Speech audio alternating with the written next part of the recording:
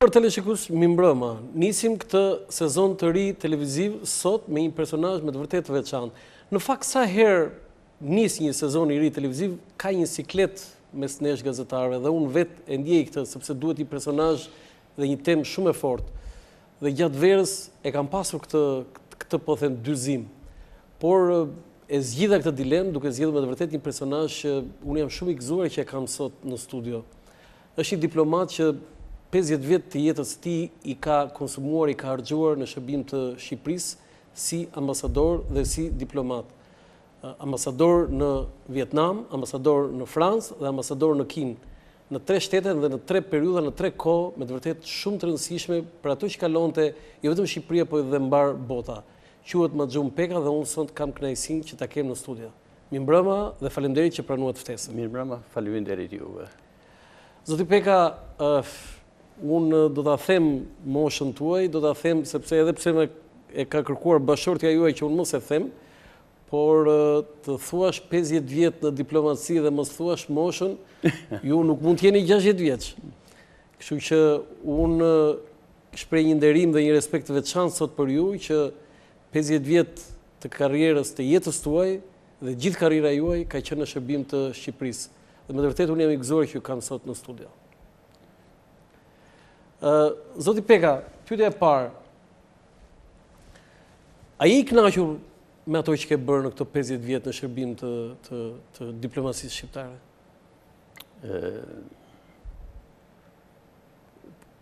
Mendoj se kur bëj një konkluzione të tërë veprimtarisimi në fushën e diplomacisë, mendoj se në të gjitha vendet ku kam punuar, kam patur suksese dhe e ndjej veten në përgjithësi e kam ndjerë dhe ndjej veten të kënaqur. Unë kam përgatitur në fakt një insert që gjithë ata që nuk ju njohin ju, sepse nuk është faji shumë i tyre, ti me vërtet ke shërbyer 50 vjet në diplomaci, po kjo është intervista e parë që ju jepni për publikun shqiptar, për një stacion televiziv dhe për një media. Kjo është e vërtet besoj. Kështu që për ata që ju nuk i njohin, unë kam përgatitur një insert kush është Maxhun Peka, ambasadori i Shqipërisë në 50 vjet karrierë. Ta ndjekim dhe fillojmë më gjerë intervistën.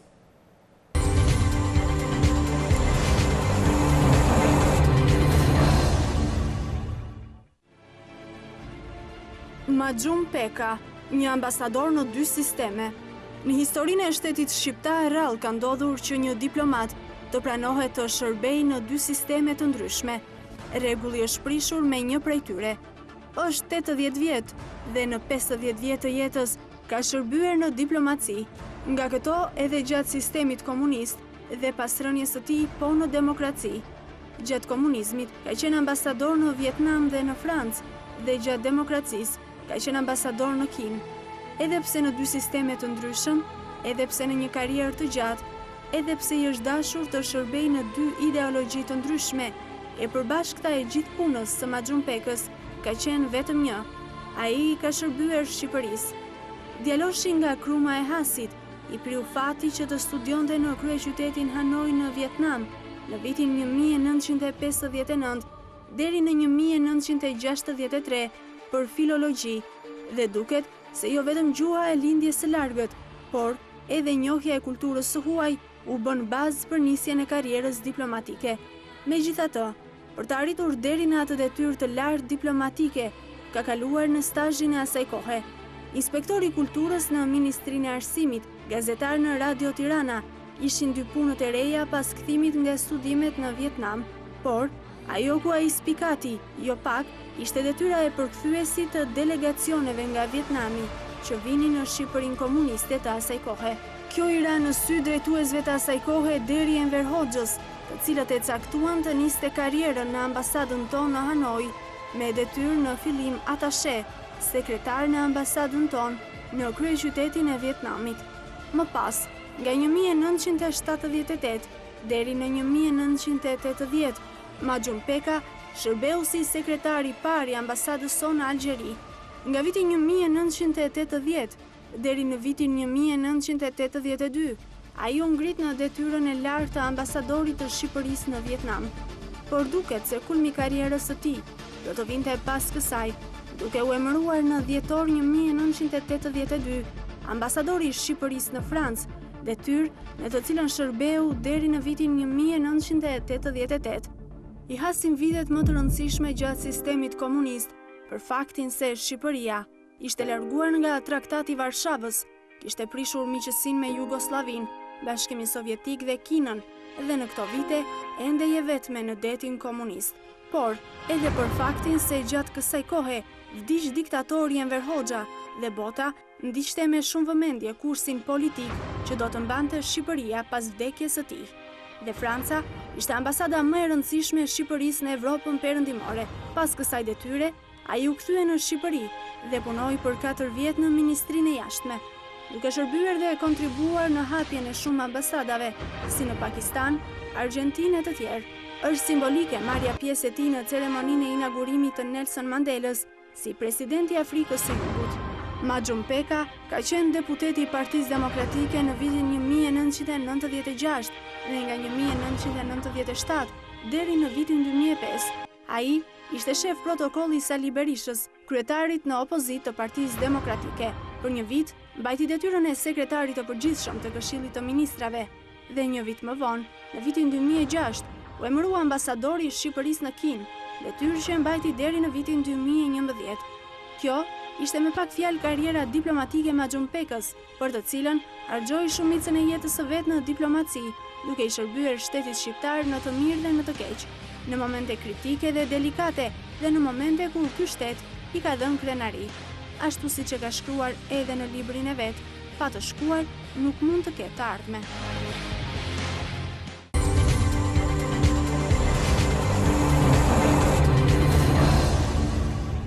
Faleminderit, kthehemi në studio. Zoti Peka, kur dëgjon për veten tuaj se kjo është hera e parë, si ishte karriera juaj kur e dëgjoni nga tjerët, jo kur ju i përgjigjeni pyetjes çfarë keni bërë në jetën tuaj?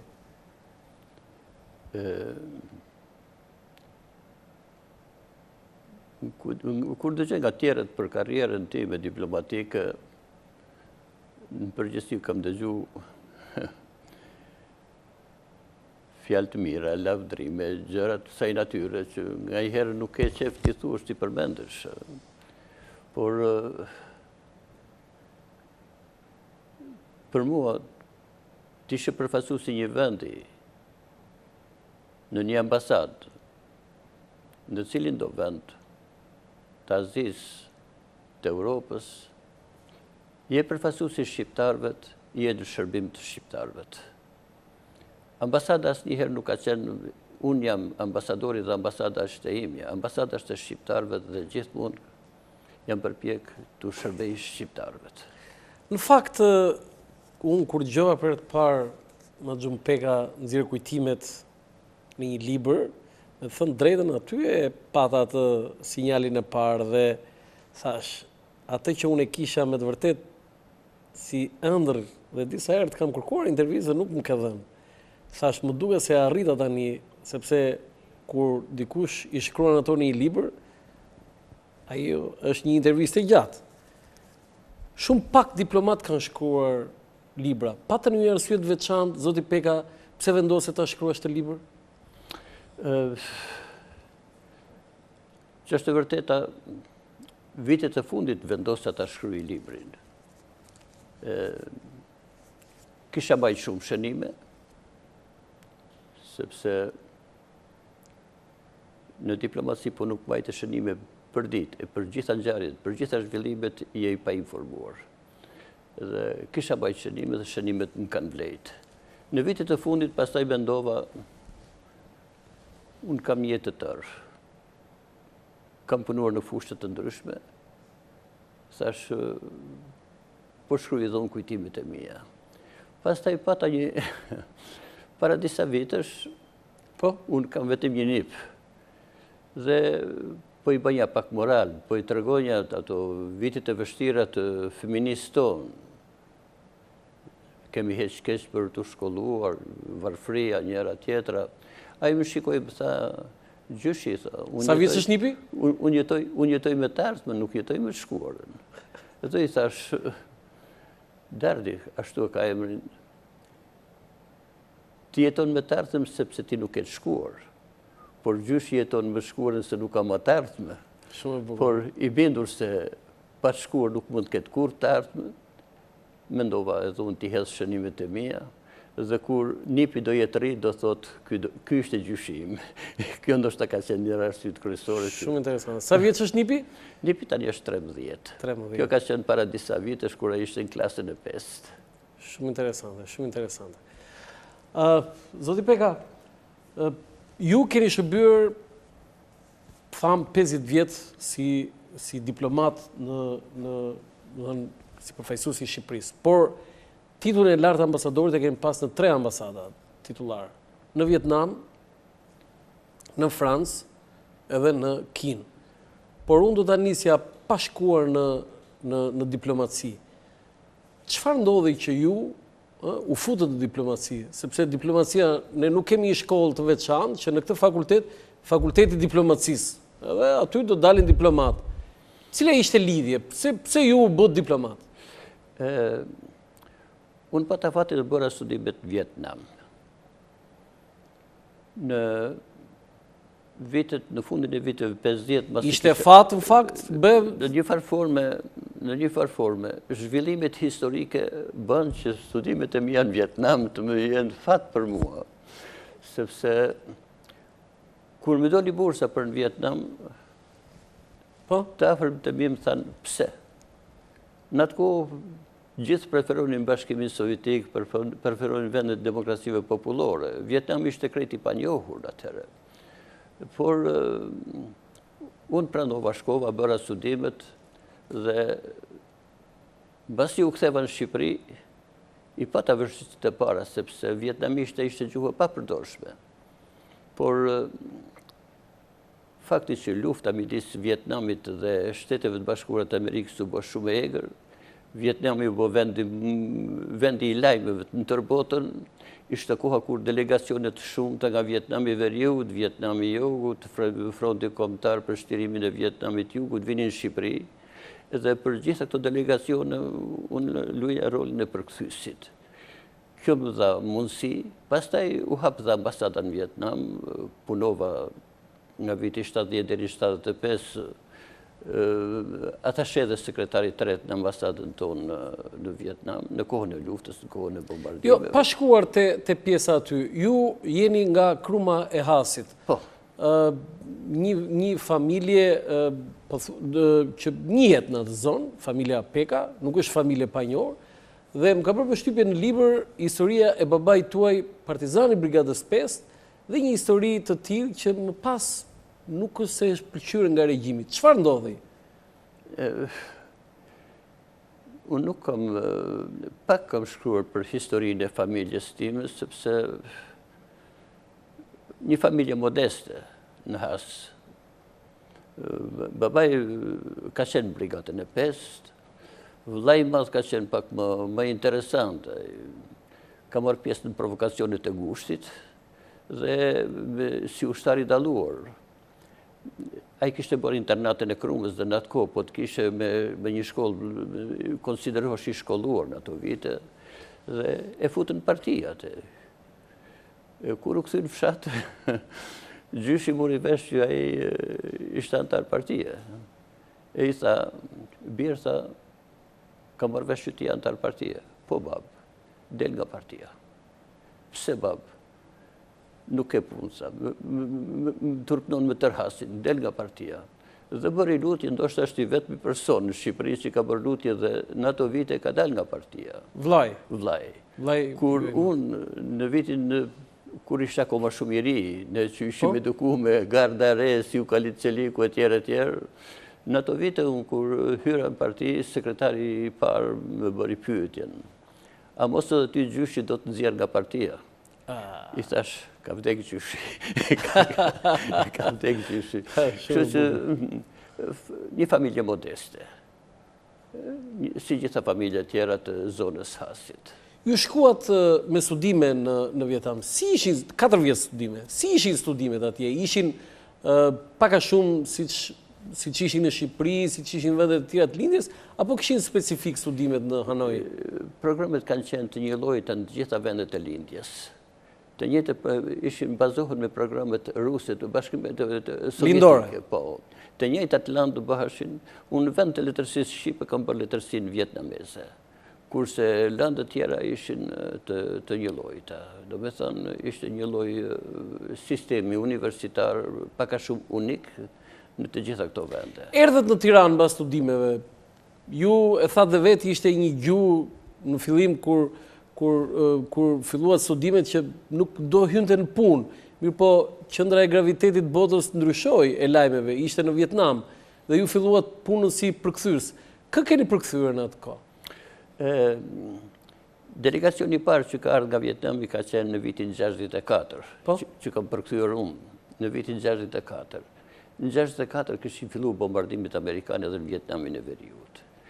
Majmend ka qenë zëvendës president i bashkimeve profesionale të Vietnamit dhe si delegacione që vinin nga Vietnami në atë kohë priteshin nga udhëheqja lartë jonë.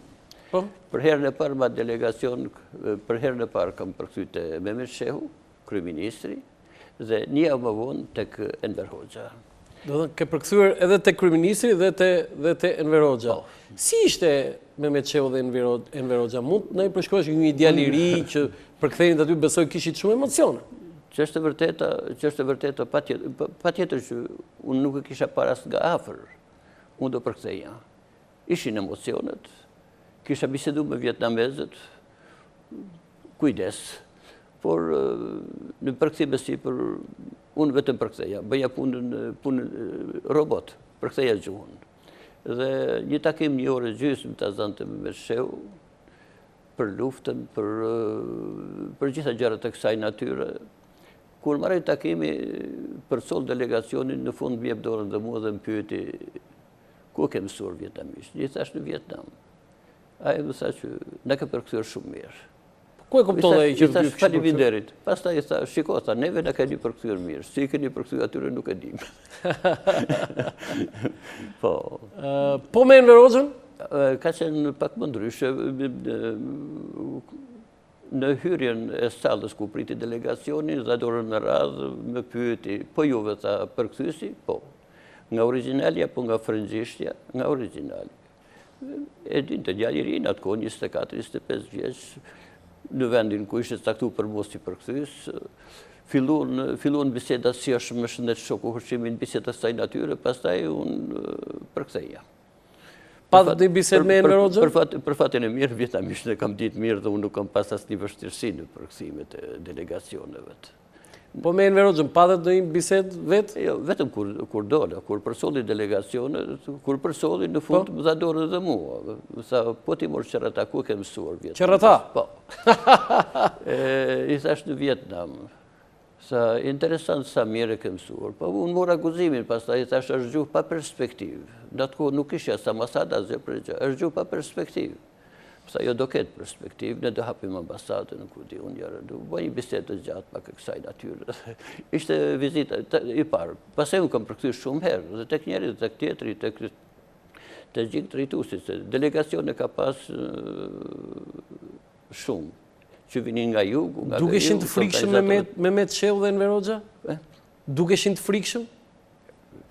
Dëgjoj, është emocioni. Pastaj kur futesh në bisedë mrapa, pastaj ndëgjon njërin palë të përkthen për palën tjetër dhe nuk ekziston kërkush më aty, vetëm është biseda që bëhet. Dhe ju filluat karrierën si diplomat, në fillim si atashe në ambasadën tonë në Vietnam, e cila sapo u hap. A mund ta përshkroni, ju keni përjetuar luftën atje, gjatë ushtrimit të detyrës si diplomat në Hanoi. A mund ta përshkroni çfarë ndodhi në Vietnam? Ç'ishte ajo luftë që edhe sot flitet dhe komentohet? Lufta Vietnamit kishte kohë që kishte filluar. E para punës që është me marrëveshjen e Gjeneves që u nda Vietnamin në dy në paralel në 17, 54 s'ka qenë ajo. Duhej që 2 vjet më vonë të bëheshin si punë referendumi, votimet. Duan sistemin e veriut apo të jugut. Por ato nuk u banë. Dash pa dash filluan pastaj organizimi i rezistencës në Vietnamin e jugut. Amerikanët u angazhuan dhe janë angazhu tërë presidentët Amerikanë në Vietnamin e Jugut. Sepse ata u angazhuan për ka qenë procesi domino. Donin të ndalonin shtrirjen e komunizmit në vendet tjera të Azisë juglindore. Po? Dhe u angazhuan fillimisht me këshilltar, pastaj me njësi ushtarake dhe në kulmin e luftimeve ka patur mbi 550.000 trupa amerikanë në Vietnamin. 550.000, nga këta 60.000, afërsisht 60.000 u vranë.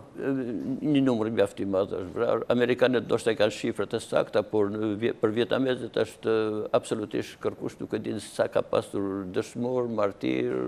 Afër 2 milion ka një shifër.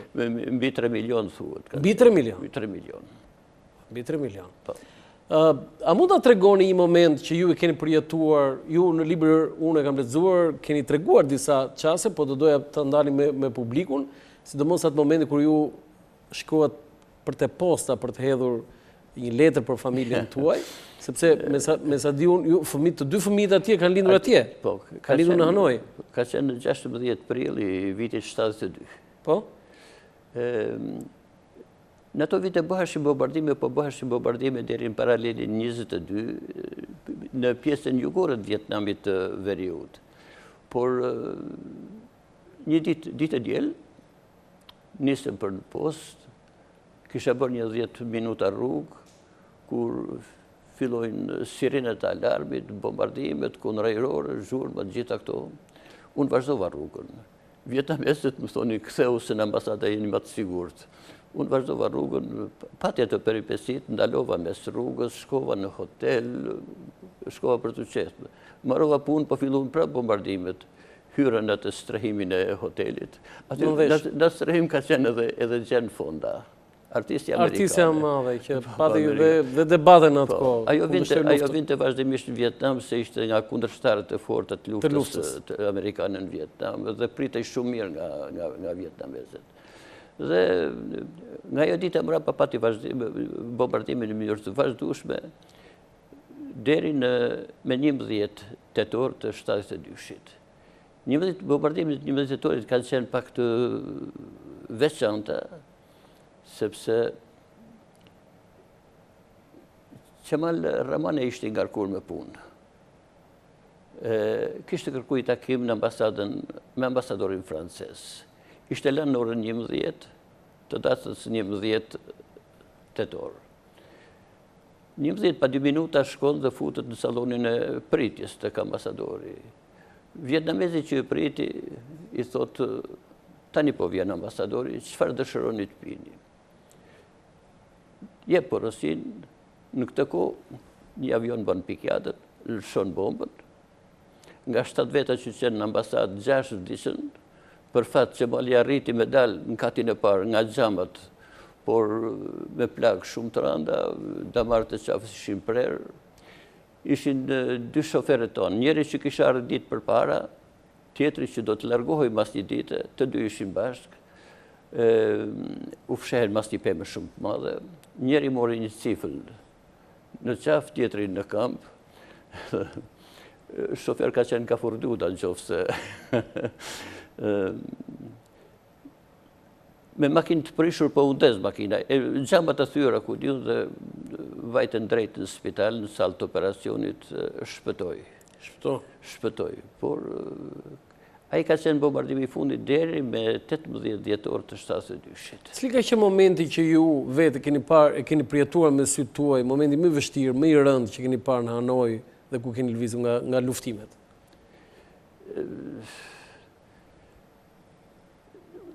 Ambientohesh me situatën, me gjendjen, me njërin në tjetër ku di unë, dhe bombardimet të bëhen pjesë e jetës pastaj. Jeton që është vërteta, vietnamezët kishin kërkuar ambasadave të t'i largonin familjarët.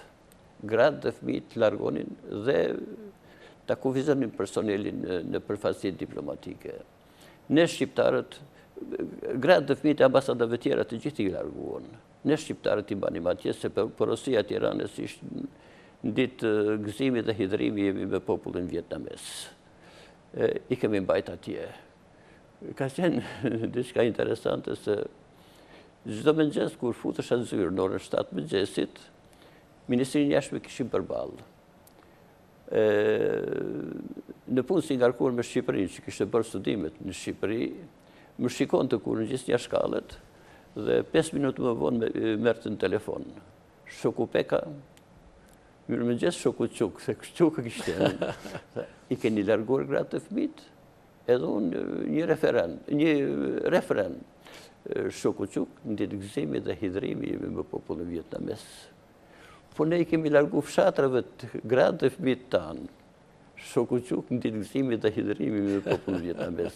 Kjo përsëritet çdo mëngjes, sepse donin bani impresion që dhe ne të largonim dhe gratë e fëmijët. Por porosia e Tiranës ishin qëndroni atje.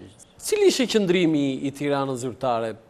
Pse mbështeste rezistencën e Vietnamit të veriut, ose ata që quhet Vietkong, komunistët vietnamez? Ishte, në atë kohë, sistemi, lindja, perëndimi, Amerika, imperializmi amerikan, lufta për shlirimin e Vietnamit jugut, komunizmi, ishin të gjitha këto, ishte një qëndrim unik I të gjitha vendeve të lindjes. Edhe ne kemi mbështet seriozisht luftën e Vietnamit. Si e ka mbështetur Shqipëria luftën e Vietnamit? Vetëm me fjalë apo edhe materialisht? Edhe materialisht. Në ç'kuptim? Në atë kohë, me sa di unë, të paktën ndihma Shqipërisë për Vietnamin në para ka qenë rreth $3 milion në vit. Wow. $3 milion. $3 milion në vit? Po.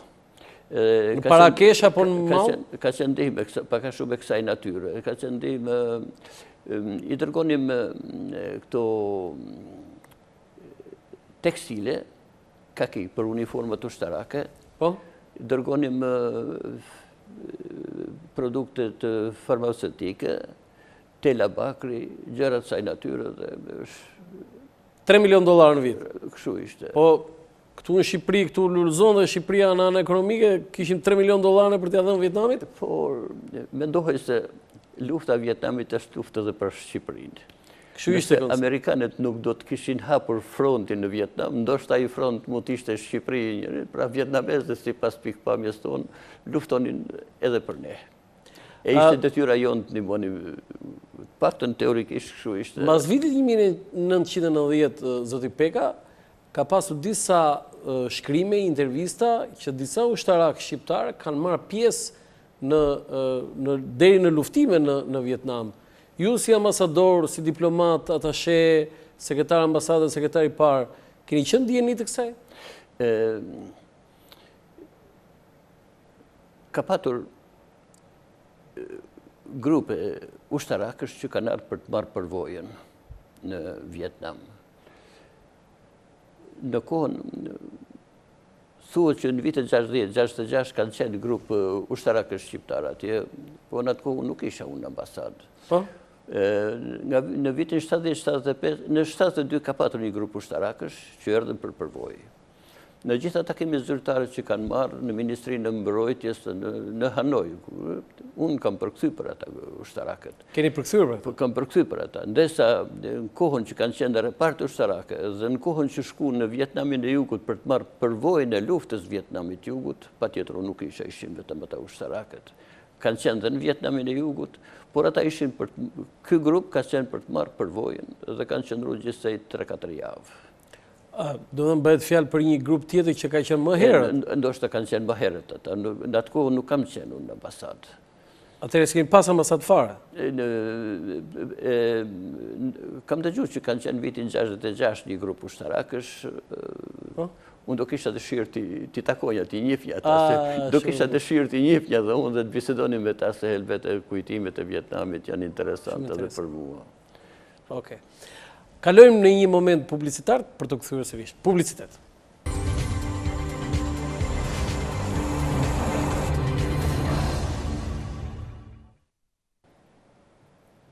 Faleminderit, kthehemi në studio. Zoti Peka, kjo është një moment dhe një periudhë goxha e rëndësishme në karrierën tuaj, por si mund ta përmblidhni në një fjali çfarë ishte I gjithshërbimi juaj diplomatik në Vietnam dhe çfarë morët ju prej asaj si eksperiencë për ati shërbimi atje? Në Vietnam kam qenë student, kam qenë diplomat, në kuptimin sekretari parë, atashe sekretari tret, kam qenë dhe ambasador. Misioni ishte forcimi marrëdhënie midis dy vendeve. Misioni, do me thoni, mision ose detyrë që kanë gjithë ambasadat pa përjashtim. Dhe pavarësisht luftës, bombardimeve, ka patur marrëdhënie, ka patur shkëmbime dhe tregtare, ka patur shkëmbime dhe kulturore, ka patur shkëmbime delegacionesh, do të thotë puna ishte normale, marrëdhëniet vazhdonin normalisht, pavarësisht nga lufta që bëhej në Vietnam. Edhe detyra jonë ishte detyra një diplomati, detyra e forcimit marrëdhënieve midis dy vendeve. Zoti Peka, ju në vitin 1982 morët emërim pasi mbaruat shërbimin në Vietnam, erdhët punuat në Tiranë në Ministrinë e Jashtme dhe në vitin 82 morët emërimin si ambasador në Francë. Në fakt, ju e keni përmendur dhe në libër, po unë do doja ta ndani me publikun, ta tregonit vetë. Çfarë ishte ky emërim? Franca ishte ambasada më e rëndësishme në perëndim e Shqipërisë. Ju nga Vietnami, se dakord thë nga hasi në Vietnam e kuptoj unë, se nga një vështirësi në një vështirësi tjetër, po nga Vietnami në Hanoi, në mes të Parisit, në Paris, është një gjë, do të thënë që ka diçka aty. Ju si e morët këtë emërim? Që është e vërteta, unë kurse kisha menduar se do isha ambasador në Francë.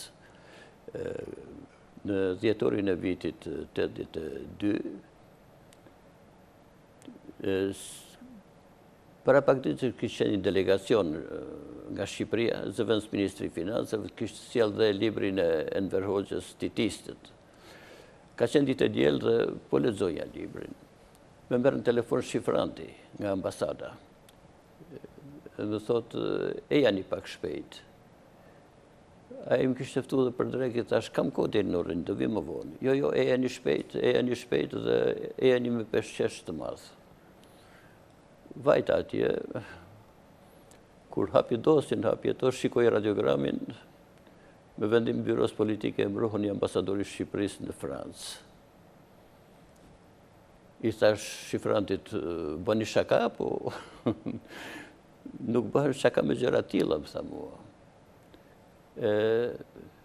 Pa tjetër merdi mirë, merdi çudi, që isha emëruar ambasador i Shqipërisë në Francë.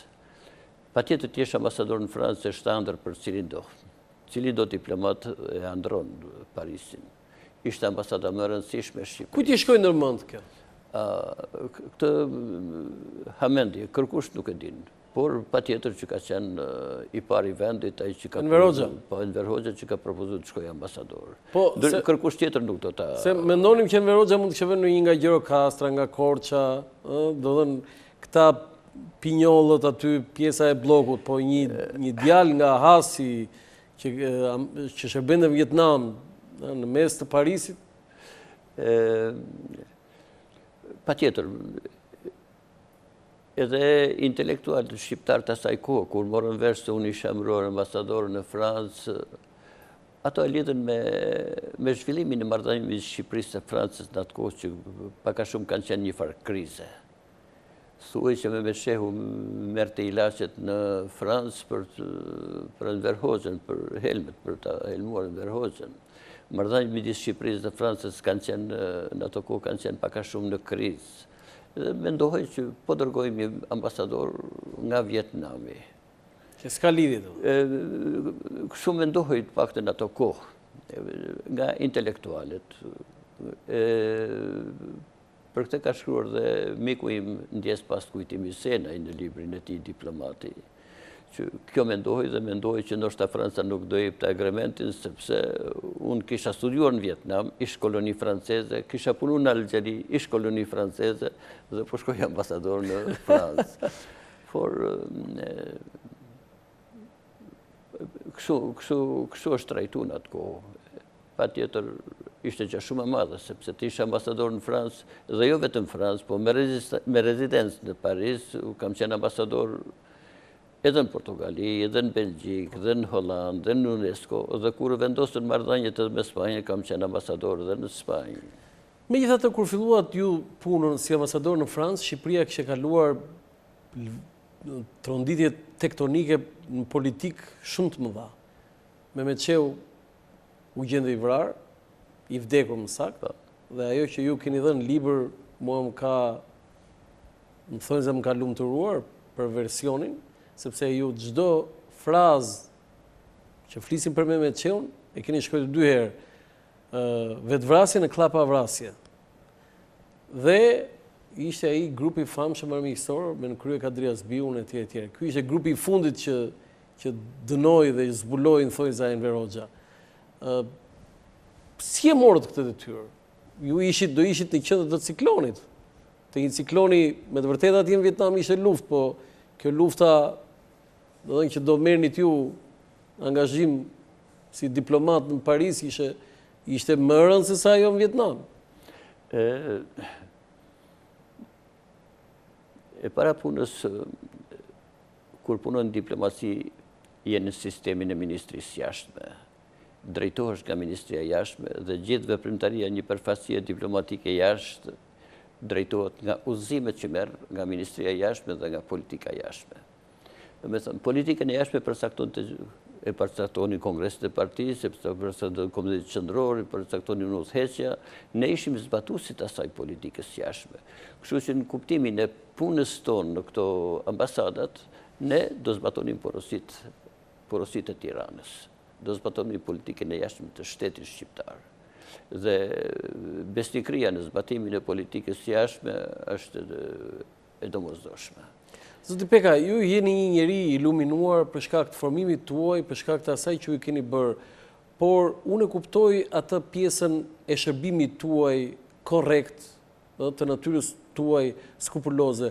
Po si e ndanit shërbimin ndaj Shqipërisë me atë shërbimin ideologjik? Si arrinit të ndanit kur ishit ambasador në Francë? Midis Shqipërisë dhe? Si? Shërbimin që bënit ju në diplomaci ndaj Shqipërisë dhe asaj që quhesh ideologji. Si arrinit të ndanit këto? Para punës,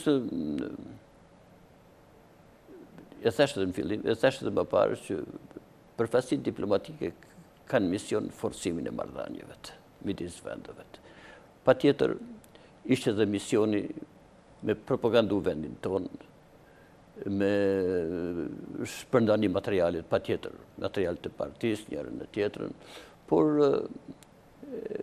banim një detyrë që duhej kryer, por nuk ishte në kuptimin e efekteve të kësaj literature që shpërndajshin pothuajse hiç.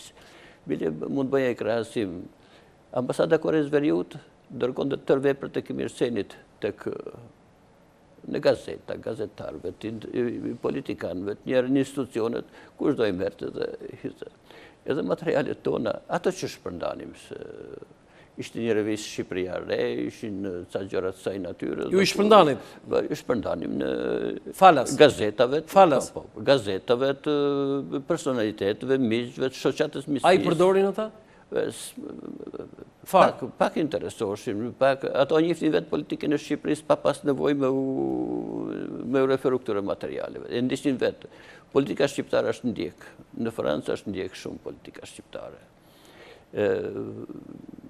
Ka pas francezët kanë qenë të interesuar me ditë për shqendrimet e Shqipërisë, me ditë politikën shqiptare. Zoti Peka, si e vlerësonte në aspektin jo vetëm politik Franca Enver Hoxhën, sepse Enver Hoxha kishin lidhje me Francën dhe Franca kishin lidhje me Enver Hoxhën, edhe për shkak të studimeve atje, por edhe për shkak të asaj që ai kishte qenë profesor i frëngjishtës në liceun francez. Si ka mundësi ju vetë bën ndonjëherë pyetjen që profesori i frëngjishtës u bë diktator?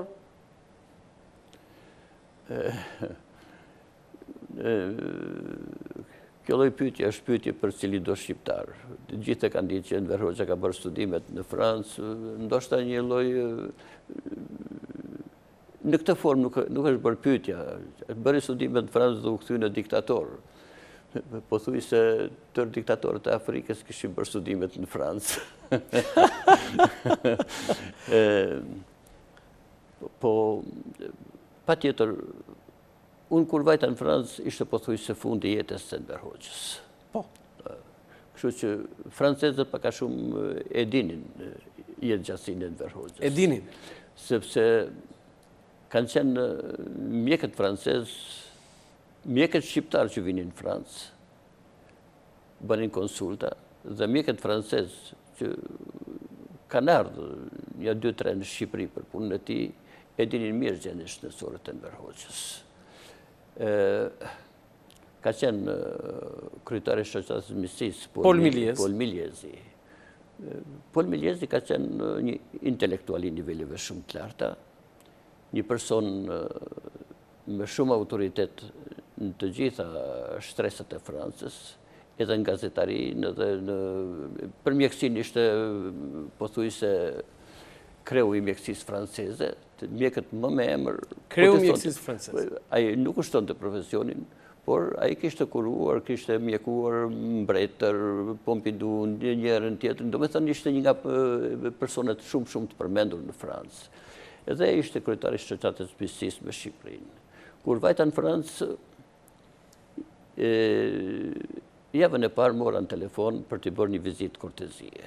Pa tjetër më priti, ishte një takim tepër interesant, me pyeti për Vietnamin, me pyeti për Kambodgjën, se ishin trupat vietnameze në Kambodgja, dhe unë kisha ardhur nga Vietnami, më foli për shoqatën e miqësisë dhe pastaj më thotë, zoti ambasador, unë kam lexuar librin Titistë të Enver Hoxhës. Ishte i bukur si roman. Por aty thuhet se Mehmet Shehu ka qenë poliagent. Mua nuk më impresionon as pak.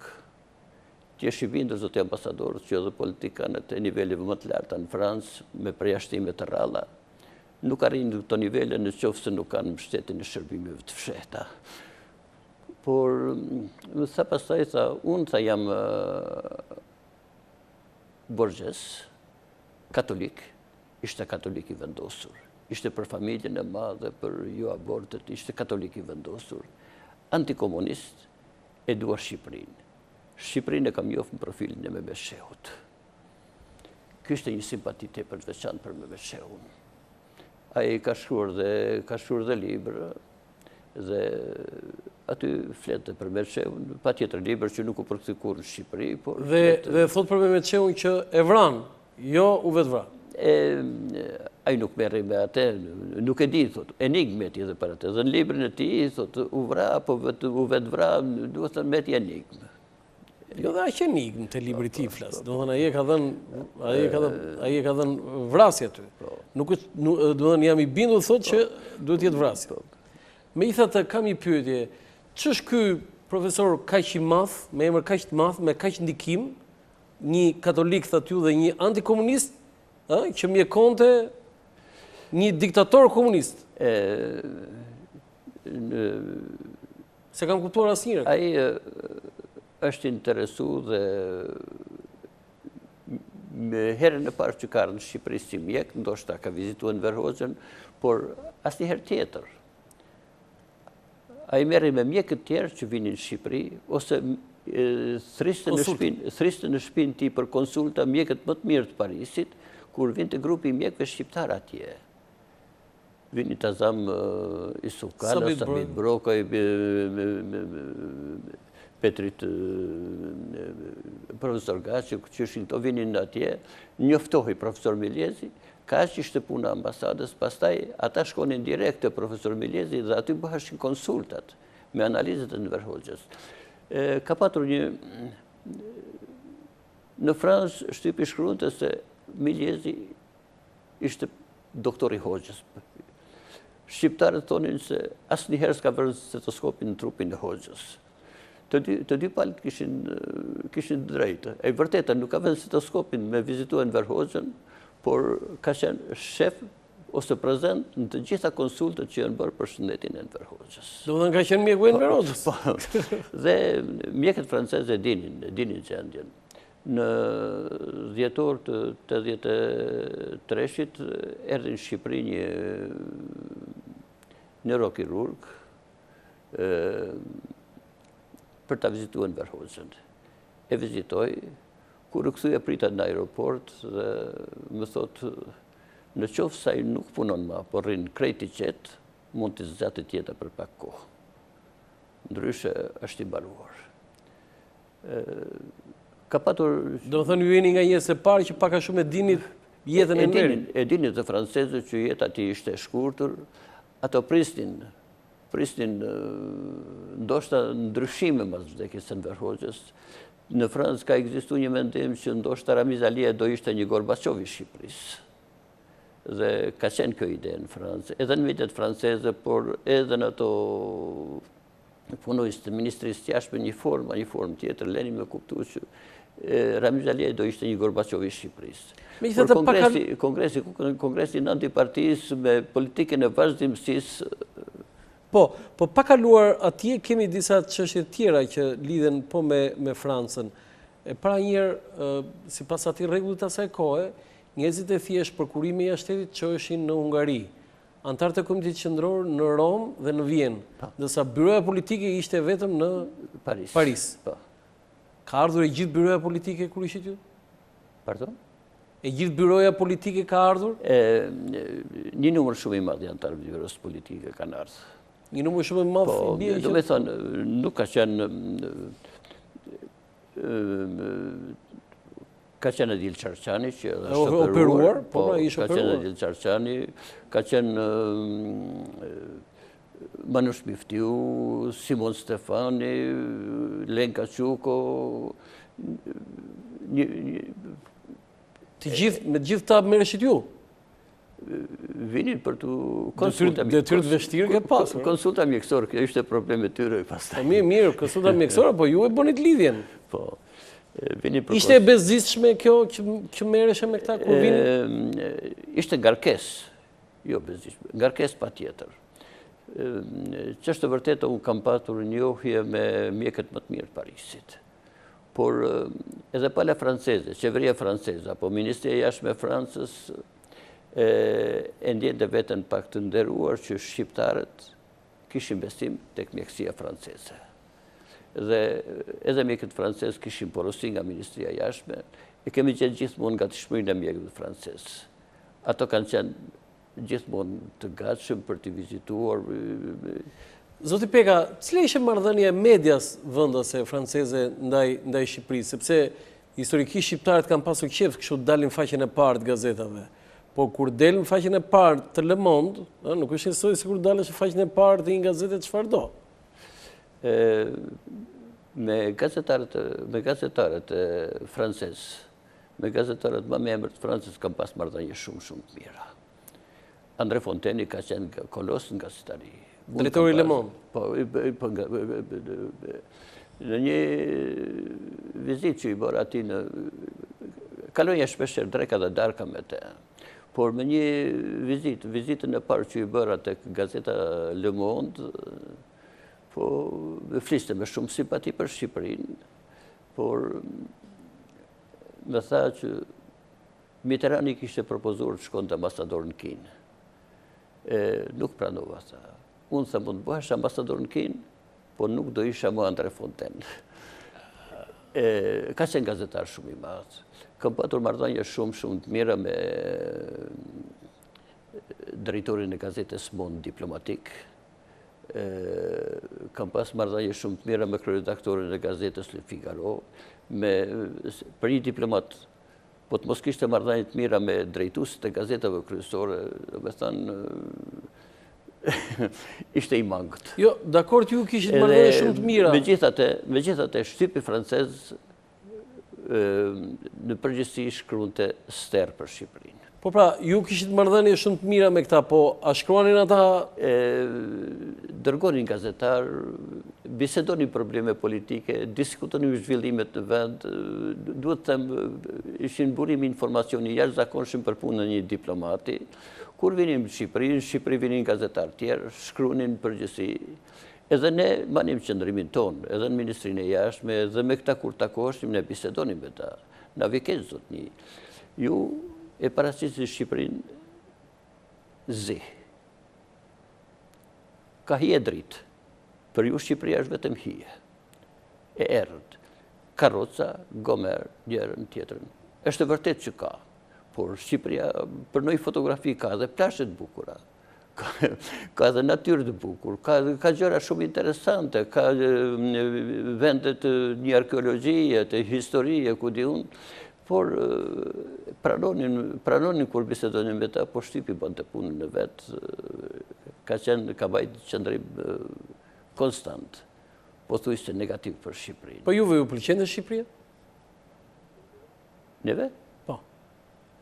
Sepse ju i thatë s'ka vetëm karroca, ka dhe plazhe, po Shqipëria sa e kohë ka qenë shumë e keqe. Tani, kjo ka qenë gjendja me shtypin. Me Andre Fontaine kemi patur një... Andre Fontaine pat kërkur vinte ti investonte në Verhoqën. Dhe para se të shkonja unë vitin 79, ose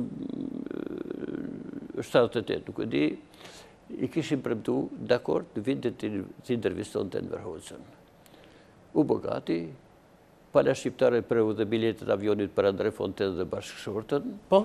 Dhe në kohën kur të nise për Shqipëri, i ditë për para i thonë, ju mund të shkoni në Shqipëri, mund të vini në Shqipëri, mund të vizitoni qartë të doni, por në Verhoqën nuk do ta intervistoni.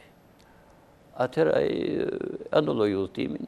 Pala ju një tha që biletat i ketujat, kur do që të mbushet mendja me vizitu Shqipërinë, jeni i mirë pritur. Në ato vite kur në vitin 84, deshit vinte në Shqipëri. U bogatit vinte në Shqipëri, por dikush këtu si duket nuk deshit që vizitat bëhaj dhe njoftuan që ai mund vi, po biletat avionit nuk i bajmë ne, nuk i presim ne. Që nuk ishin shumë problem për të, po ai e mori një formë fyrje, këte dhe ndjeu veten jo komod me këtë qëndrim që bajtëm ne. Do ishe shumë interesante, zoti Peka, si kur drejtori Le Monde të merrte një intervistë në Verhoqën. Ne nuk kemi një intervistë me në Verhoqën. Nuk pranonin në datë kohë. Nuk pranonte? Nuk pranonin. Vetë, ai nuk kategorike. Nuk pranonin. Dhe gazetarët francezë kërkonin shumë ta intervistonin në Verhoqën. Ju i përcillin të gjitha kërkesat? Pa tjetër, kërkesat i sillnin, po ishte mënyrë kategorike. Cilin do tjetër mund ta intervistoni, po në Verhoqën jo. Paul Miliez ka thënë, kur e pyeta Enverin se kush ishte arsyeja që po e mbante Shqipërinë të izoluar, ai u përgjigj: "Doktor, unë nuk do t'i mbaj kufit mbyllur, unë do t'i mbaj kufit mbyllur edhe për disa vjet, sepse ky vend duhet ndërtuar dhe ky popull duhet ndërgjegjësuar. Në qoftë se unë do t'i jap kufit, shumica dërmuese do të emigrojë, siç kanë bërë në shekuj. Shqiptari që i aftë të jap maksimumin në tokë të huaj, ndërsa për vendin e vet kontribon në kafene dhe restorante duke pirë raki, rrushi dhe dëllenje." Jeni ndjeni të kësaj? Jo, nuk e di ku. Ndoshta është bërë në bisedën që ka patur në vitin 84. Në 84 Paul Miliezi ka qenë në Shqipëri për 40 vjetorin e çlirimit. Po 40 vjetorin e çlirimit të Shqipërisë. Ka bërë një takim të konsiderueshëm me Enver Hoxhën dhe Nezmi Hoxhën. Kanë qenë bashkë në takim. Dhe kur u kthy profesori në Paris, kërkoj që biseda time në Verhoqën t'ja sillnin atij. Bëna telegram Tiranës dhe disa ditë më vonë erdhi një person nga Shqipëria dhe ja solli tërë proces verbal dhe bisedës që kishte bërë me Verhoqën. Është botuar në gazetën Le Monde kur vdiqe në Verhoqë. Kur vdiqe në Verhoqë. Zoti Peka, ju keni qenë deri në 88-ën, po ju e kuptonit që sistemi komunist po binte në Shqipëri? Fenomeni Gorbaçov ishte tepër i njohur dhe tepër i mirëpritur në Francë. Shpresonin, por deri në vitet e vona, deri në 88-ën, asnjëherë në Francë nuk është menduar se perandoria e lindjes do të binte. Dhe ndoshta takimi i Reykjavikut midis Gorbaçovit dhe Ronald Reagan në Reykjavik, kur ranë dakord për raketat bërthamore njërin tjetër, Europa u trondit. Sepse një lloj mirëkuptimi i kësaj natyre midis dy superfuqive Europën e lëndet pas sigurt. pasigurt, sepse armët konvencionale të Rusisë, të lindjes ishin shumë më të fuqishme se të perëndimit. Menduan se do jetë një farë shkëputje influencës amerikane në Europë. Ka pas mjaft probleme në atë periudhë, një farë përpjekje për të krijuar polin e tretë. Europa Bashkuar të krijojë një lloj uniteti si Europa Bashkuar për të bërë ballë edhe lindjes edhe Shteteve të Bashkuara të Amerikës. Po se ka krijuar edhe sot e kësaj dite se ka krijuar. Patjetër, dëshira atyre për të krijuar polin e tretë, pol të veçantë, por zhvillimet që ndodhen pastaj rënja perendorisë, lindjes e njërën e tjetrën, solli ato zhvillimet që ne i njohim tani më. Po duhet thënë që sa ishte, po themi, lëvizja e dhjetorit e vitit 1990 në gjithë këto që ju thatë, sa vlerë reale kishte? Lëvizja e dhjetorit ishte lëvizja e fundit në vendet e Europës lindore. Ajo dash pa dash, ratër perandirja, dominoja. Dominoja e fundit? Po, dominoja e fundit. Guri fundit dominos ishte Shqipëria. Guri fundit dominos.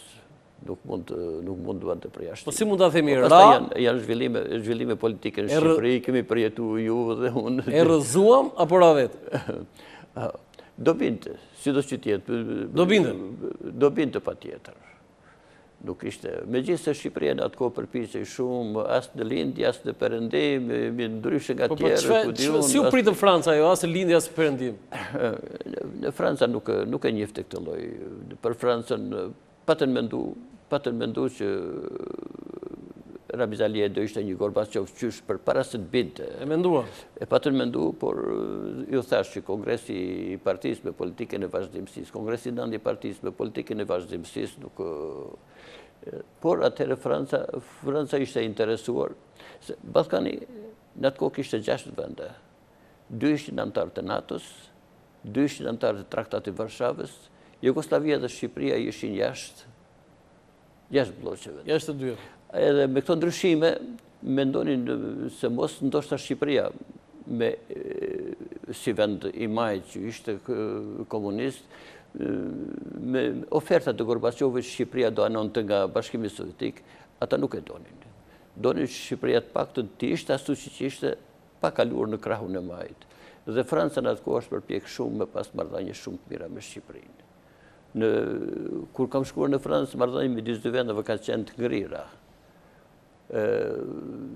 Sepse shkova një periudhë kur marrëdhëniet ishin vërtet të ngrira. Por arriti pastaj mas vizitave së sekretarit të shtetit Barjani, sekretarit të shtetit, 2 sekretar shteti kanë ardhur për vizitë në Shqipëri, Bajle dhe Barjani. Marrëdhëniet morën zhvillime të jashtëzakonshme dhe Franca është përpjek në ato kohë të afrojë sa më tepër Shqipërinë. Okej, do të pyes edhe në pjesën tjetër të emisionit. Publicitet, kthehemi sërish në studio.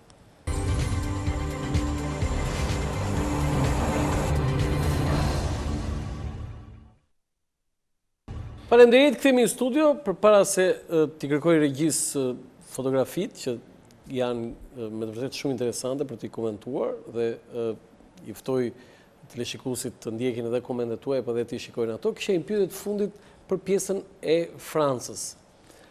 Gjatë kohës që ju keni qenë ambasador në Paris, kanë qenë me specializim apo me bursa studimi disa personazhe që mas vitit 1910 u bën politikan. Kam parasysh Recep Mejdani, Skënder Gjinushi, Maqo Lakrori, Kasioti Islami, Sali Berisha, po edhe ndonjë tjetër që mund të...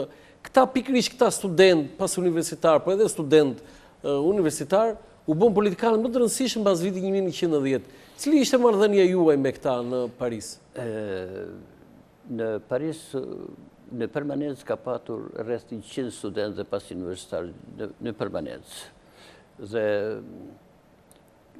pra këto që përmendet juve, Recep Mejdani, Skënder Gjinushi kanë qenë para se të shkoja unë dhe Berisha, por Maqo Lakrori, Etem Ruka, Kasioti Islami, etjerë kanë qenë në kohën kur unë isha ambasador në Paris. Dhe ju, kur kemi bisedu i ditë, më keni pyeta, keni njerë vetë në njerë krenar. Ja, do ta bëja unë këtë pyetje, prapë sot. Do të them, në Ministrinë e Jashtme të Francës, drejtori politik, kur bisedonte për Shqipërinë, njëri tjetër, i referohej dhe studentëve të pas universitarëve tanë. Thote që janë tepër korrekt, tepër të rregullt dhe fliste fjalë më të mira për studentët e pas universitarëve tanë. Në përgjithësi nuk kemi patur absolutisht asnjë problem, me ata kemi patur marrëdhënie jashtëzakonisht mira, marrëdhënie që i kam edhe sot e kësaj dite me ta, takohemi, rrim, jemi miq. Po këta që u përgatitën në Francë në një farë forme kanë qenë elita politike shqiptare në vitet e ndryshimeve. Po me shqiptarët e emigruar ekonomik, po edhe politik në Francë, si kishit marrëdhëniet ju në ambasadë? Në Francë ka pas dy kategori. Ata që konsideroheshin të aratisur dhe patjetër nuk ishin kontakte me ambasadën, dhe ata që ishin emigracion i hershëm, që ndodhi kryesisht në Lyon, Saint-Étienne, kanë pas punu në minjerët e Saint-Étienit. Ati ishin një koloni shqiptare dhe ne kishim marrëdhënie shumë të mira me ta. Herë pas herë vinin në ambasadë, me rastin e festës kombëtare një ditë, para ose mbrapa festës kombëtare shkonim në Saint-Étienne, organizonim pritje bashkë me ta. Duhet të them, jemi përpjek t'i mbajmë afër,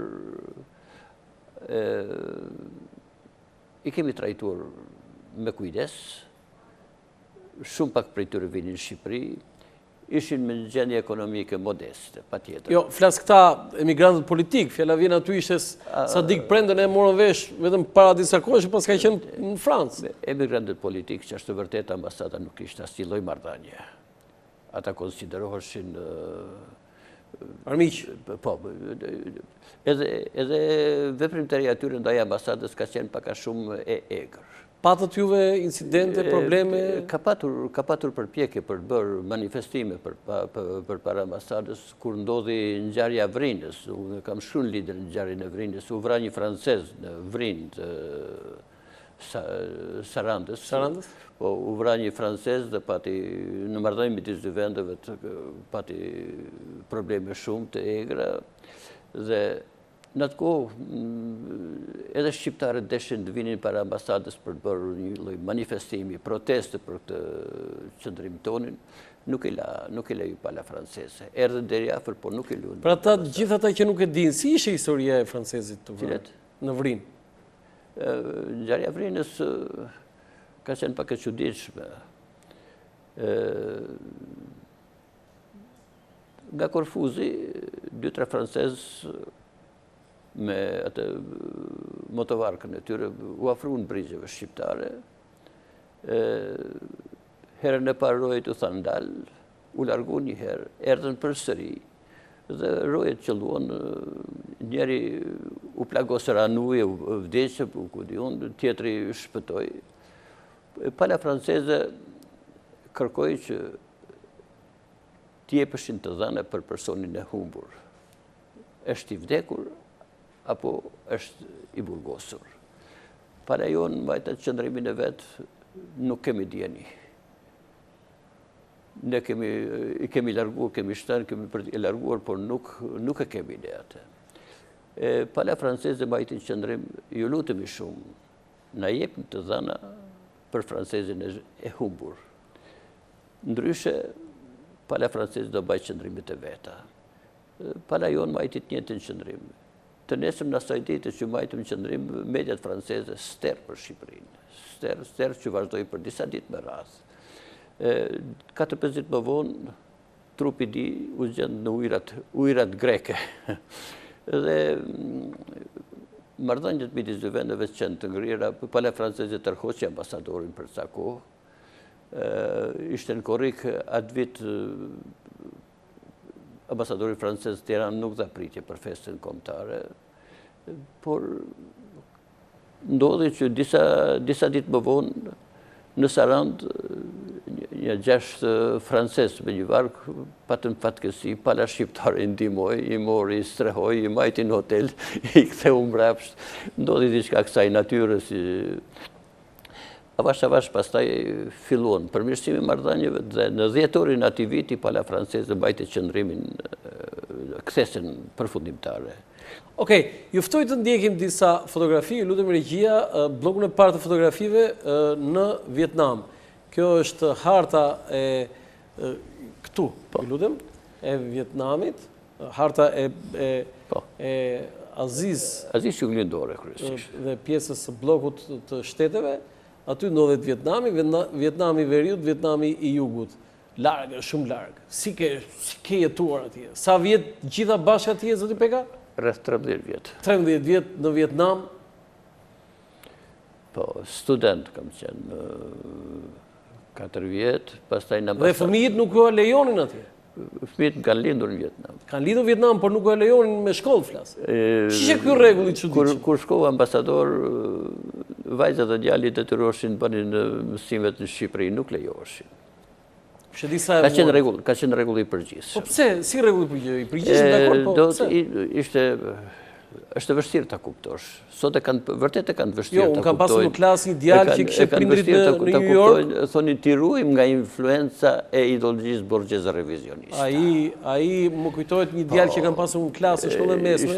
Ishte krejtë pa konceptueshme. I kishte prindrit në New York dhe shkollën bëndë me ne ishin konvikt dhe nuk e dija këtë që të ruaj nga influenca. Këtë s'na kishte thënë një herë, po Edmonde kishte emrin ai, nuk e harroj. Këtu ku jeni zoti Peka? Këtu jam kur kam qenë student në Pekin. Po, kthehesha me në 61 kthehesha me leje në Shqipëri dhe bëri një ndalesë në Pekin. Në ndalesa në Pekin, po. Po, foto tjetër? Këtu në Vietnamin qendror, afër Hues. Hueja ka qenë kryeqyteti ose Baudai ishte mbret. Rezidencën e kishte në Hue. Kryeqyteti ka qenë Hanoi, po është pak a shumë si puna Hollandës, Amsterdami me po me kryeqytet mbretëresha rrinte, po mbreti rrin në Amsterdam dhe kryeqyteti është në Hag, po. Këtu është godina e ambasadës. Kjo ka qenë ambasada. Jo, lutem regjia edhe një herë foton përpara kësaj. Ju lutem regjia. Jo, të komentojmë pak foton përpara kësaj, se ka disa elemente. Para kësaj, ju lutem Bek. Ju lutem edhe një herë këtu dhe do të thotë ju lutem regjia do ta kalojmë foton tjetër kur ju lajmëroj unë. Të lutem më shpjegoj pak të veshje, se këtu vetëm juve që ju njoh që jeni Maxhun Peka, po veshja kështu është vietnames. Jo, ishte puna klimës. Në Vietnam rrini me këtë pak a shumë me këtë uniformë. Edhe ju vishin atë? Vishim, po. Këta dy çfarë janë? Ai ka qenë ambasadori, ky në krah meje është ambasador, ishte ambasadori i Rumanisë. Kemi qenë bashkë student. Dhe ajo vajza? Ajo vajza një vietnameze. Po. Çfarë ato kasollet mbrapa? Ajo kasolli e mbrapa? Ishim në Vietnamin qendror, mbas çlirimit Vietnamit Jugut, ambasadorët i ftuan për të bërë një vizitë në ato krahina dhe qelloi rastësisht, nuk e di është një fotografi e rastit. Foto tjetër? Këtu në kohën kur ishim... Ishte foto, më fal, edhe një herë, foto e ambasadës, se duhet pyes edhe për ambasadën, se aty ke disa ke goxha historitë ajo. Foto ambasadës është një përpara këtu. Kjo është godina e ambasadës. Kjo ekziston sot zoti Peka? Tani e ka Zvicra këtë godinë. Na e ka ble, e kishim godinën tonë apo? Jo, ishte reciprocitet. Reciprocitet ata këtu. Vietnamezët nuk pagunim dhe ne nuk pagunim atje. Dhe ata. Reciprocitet. Sot ne s'kemi ambasadë në Vietnam. Nuk kemi ambasadë. Është 92 është mbyll ambasada jonë. Mbas cilit vit? Në 92. Dhe nuk kemi më. Nuk kemi më. Ku ka qenë këtu në Tiranë? Në Tiranë ka ndru disa, ka qenë një godinë, tani është piramida, aty ku ka qenë ambasada Vietnamit. Ato ka qenë rresht aty disa. Kanë qenë disa vila. Ju këtu jeni bashkë me bashkëshorten? Po, është bërë 2009 kjo. Në 2009? Ke vaj tani? Ambasadori Vietnamit në Pekin organizoi krijoj mundësinë të bëja një vizitë në Vietnam 5 ditore. Dhe shkova në Vietnam bashkë me gruan, shkova tek ambasada, patjetër se kishim u futë brenda i pe ato ambientet. Pam ato ambientet dhe pam edhe fotografinë. Foto tjetër?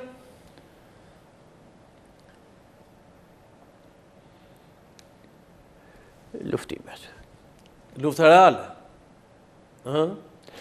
Vietnami, shef, ju thash parës, bombardimet e dhjetorit të 72-shit kanë qenë të paimagjinueshme. Çfarë ke parë mes? B-52-shit kanë qenë. Çfarë ke parë mes sytë tu? Vetëm me 18 dhjetor, vetëm brenda një minutës është bombarduar rruga Kamtien, 3 herë më madhe se rruga Durrësit, është sheshur e tëra. Është sheshur e tëra. E tëra. Dhe ka pas mirat vdekur. Kur kam kaluar të nesër... I ke para vetë? Kur kam kaluar të nesër në atë rrugë, ato kanalet ishim në gjyrë të kuqe, ujë, kanaleve të ansore të rrugës, dhe eskavatorët nxirrin kufomat, i fosnin dhas celofoni dhe në varre kolektive. Ka qenë diçka që kur sot do kujtoj, më duket, e kam jetu apo se kam jetu. Cilësoni gabim luftën e Amerikës? Pastaj 21 dhjetori ka qenë diçka që përsëri ka qenë tepër. Unë jetoja me një godinë një 10 minuta larg ambasadës. Në atë kohë vetëm gruaja ishte atje, unë punoja në ambasadë. Por bombardimit e B-52-shit ishin natën dhe në orën 11 të drekës ishin shumë të egra. Filluan bombardimit e egra, mora bicikletën, unë nisa me vrap për në shtëpi se ishte gruaja me vajzën vetëm, vajza 10 muaj ishte vajza. Ishte vetëm atje. Në rrugë, absolutisht kam njeriu, të gjithë ishin në përstrehim, ishin larguar. Shkova, hodha bicikletën dhe hyra me strehim që kishim në oborrin e ambasadës. Dëgjoshin zhurmët avionët, kundërajrorët, bombardimet. Godina që ishte afër në gjithë mbasbetonën, në terras kishte kundërajror. Nga që zhurmët avionëve, më thot gruaja me siguri duhet ta kenë objektiv këtë. Por, mas pak, një zhurmë jashtëzakonshme.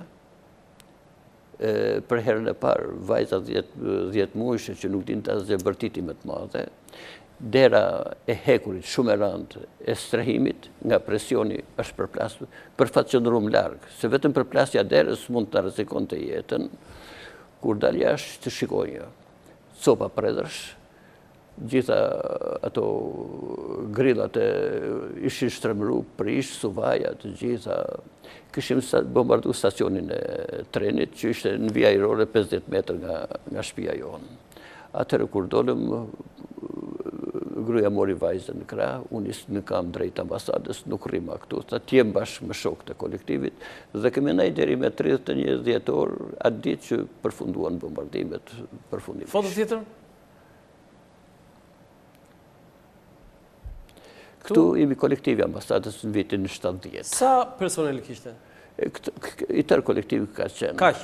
Ka qenë. Ambasadori ishte Jorgji Shuli, Qemal Ramani, sekretari parë, unë në krah, bashkë me Natashën, pastaj ka qenë shoferi dhe shifranti. Qartë. Foto tjetër? Këto janë të luftimeve. Po, sipas jush, humbi Amerika dështoi në Vietnam? Ka thuhet se Amerika humbi në Vietnam. Në analizën time, Amerika arriti objektivat e veta, objektivat për cilët u angazhua në Vietnam. Që nga Eisenhoweri deri te Nixoni që i dha fund luftës në Vietnam, të gjithë presidentët kanë qenë të angazhuar në Vietnam. Qëllimi ka qenë të mos lejohej shtrirja e komunizmit në vendet tjera të Azisë Juglindore. Efekti domino. Humbën Vietnamin, në fundit u larguan me marrëveshjen e Parisit, që konsiderohet një largim, një farë forme dinjitoz nga lufta nga Vietnami i Jugut, por fituan Azinë Juglindore. Ndaluan shtrirjen e komunizmit në Kambodgjë, në Tajland, Malezi. Nuk është radhë. Po, do me thënë, objektivi për cilin ata u angazhuan e arritën. Vietnami... Ishte një luftë e drejtë? puna... është e vështirë sot gjykosh një luftë që është bërë 50 ditë përpara.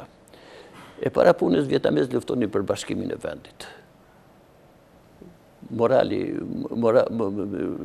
Morali tyre ishte të bashkojmë, të luftojmë, të çlirojmë Vietnamin e Jugut, të bashkojmë vendin. Për ata ishte luftë e drejtë. Amerika ishte angazhuar në të luftë për demokracinë. Mos lejoj shtrirjen e komunizmit. Edhe në moralin e... Ishte e drejtë. Prandaj dhe sot nderohen Tiranit në Vietnam ditën e martirëve, nderohen Tiranit në Amerikë, në Arlington ditën. Dhe kam përmend diçka që është e lexuar nga një libër, Zemra Patriotit, në generali An dhe generali Moore. Ishte shumë interesante. Kanë bërë luftë 3 ditë. An drejton të trupat vietnameze veriorët, Moore drejton të trupat amerikane. Pati rreth 70 amerikanë të vrarë, pati rreth 1000 vietnameze veriorë të vrarë në atë betejë. Por në vitin 90 An dhe Moore u takuan. Kaluan darkën pikërisht atje ku ishin bërë luftimet. Dhe Moore i dha peshqesh orën e dorës. Dhe kur vdiq An, Moore erdhi në Vietnam për homazhe. Duhet të them, në luftë ishin armik për vdekje. Në paqë, miq deri në vdekje. Duhet të them, në luftë, si puna shahistëve, si puna... Ju keni qenë atje kur John McCain ishte i burgosur? Po, McCain ka qenë në vitet që kam qenë në Vietnam në ambasada, i ka qenë në kampin e pilotëve të Amerikanë në Hanoi që bash. Ju besoj atëre se ishte i njërë, ishte një ne dimë historinë, shkruan të shtypi, shkruan gjërat, një farforme me sa jemi ndjenë, ata janë trajtu mjaft mirë. Fillimisht donin t'i gjykonin si kriminal lufte. Po? Sa ishin atje? Sa ishin? 400-500. 400, dhe sa qëndroj McCain atje? McCain rreth 5 vjet ka qëndruar. 5 vjet i rob lufte. Po. Kanë patur kampin, kanë patur... Këta e në ushtarakët që kanë qenë në Vietnam, si takuat asë një ju këta?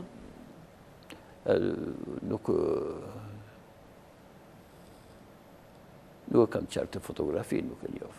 Shi grupë ushtarakët që kanë qenë në Vietnam, shqiptarë. Këta që kanë qenë në Vietnam, kanë qenë vitin, ndoshta kanë qenë vitin 66, a i grupi ushtarakët që kanë qenë vitin 66. Okej, foto tjetër?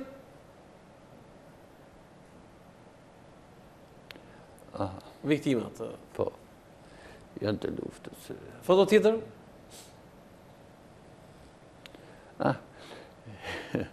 Fatmir Gjata, patar për vizitë në Vietnam, shkrimtar. Jam unë bashkë me kolegun tim... Fatmir Gjata? Po, bashkë me kolegun tim Arif Brishin. Ne ishim 2 studentë atje. Përkthenim, kur vini shkrim, ka pasar dhe Ali Abdi Hoxha, Fatmir Gjata, kanë pasar, po për vizitë. Gjenin për gjetur muzën atje? Unë me Ali Abdi Hoxha kam përkthyer në Dien Bien Phu. Kam qenë Dien Bien Phu, kam përkthyer. Kur shkoj për vizitë në Dien Bien Phu, isha unë që e shoqëroja si përkthyes. Foto tjetër?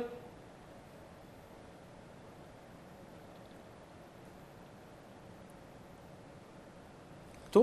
Fotografia ime janë. Atje, në Hanoi? Në Hanoi. Kur ishi student? Po. E keni shijuar jetën studentore? Studentë kemi qenë në kushte të favorshme, të jashtëzakonshme. Kemi jetuar, studentët të huaj kemi qenë rreth 20 veta, studentë nga vend të lindjes, jetoni me një vilë. Një vilë? Një vilë. Pas keni shijuar jetën? Kishim kuzhinjer, kishim persona që merrin me larje në rrobëve njërën. Pas kanë mbajtur kështu plot të dorës? Si student kemi qenë kushte shumë të favorshme. Tani kjo është foto kështu... Me një ushtarak në Saigon. Foto sa 1000 fjalë. Në Saigon? Ati ku ishe zëmra luftimit? Bas lirimit Vietnamit. Ka marrë pjesë në ceremoninë e shlirimit Saigonit. Ke marrë pjesë? Po, në vitin 75, me 15 maj, u bë ceremonia e shlirimit. Mund të tregosh momenti si ke bërë fotografi me këtë ushtarësh? Ushtar i takuar rastësisht. Rastësisht, i thejajtë bëjnë fotografi ta kem kujtim? Miq, vietnamez, shqiptar, vietnamez, miq. Ushtar i takuar rastësisht. Foto shumë historike. Sa mirë ke bërë që ke bërë këtë foto? Në Saigon më ka ndodhur Astrid Pero ish-ambasador. Unë kisha vajt me te si përkthyes. Një ditë mas dite nga Hotel Karavel ku jetonim, ku gjithë ambasadorët e vendeve të lindjes që ishin morën pjesë në ceremoninë e çlirimit Vietnamit Jugut, dolem një ditë për shetisnim në trotuar afër hotelit që nuk lejonim me shku larg, kishte pa siguri. Ndalon një vetur Volkswagen, zbret një ushtarak, një burr, një gru. Ushtaraku nga drejtohet, zotje, shoku ambasadori Shqipërisë, shoku Peka. U çuditëm, na prezantoi, ishte motra, burri i motrës dhe ai i them unë, ku jemi taku? Thot, në 73 ambasadori ka paraqit kredencialet në zonët e lira të Vietnamit Jugut, në rrugën numër 9, në kufirin midis dy Vietnamit. Dhe unë kam qenë në roja në atë kohë, në gardën e presidentit. Dhe atë kohë kemi bisedu bashkë, kemi thënë, shpresojmë të takohemi ditë në Saigonin e çliruar. Dhe ja ku takuam në Saigonin e çliruar. Ky Saigoni është? Saigoni. Foto tjetër? Është presidenca. Presidenca? Presidenca. Këtu atje të vila? Këtu jam në Hotel Karavel, në Saigon. Në hotel? Po, në hotel. Po, foto tjetër?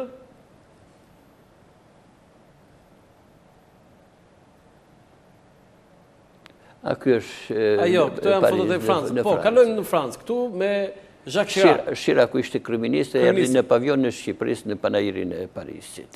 Kështë ditë se i lumtur keni qenë ju me momentin e pavionit, të ekspozita. Po, ishte pavioni i Shqipërisë. Qa kishe pavioni? Jam kurios.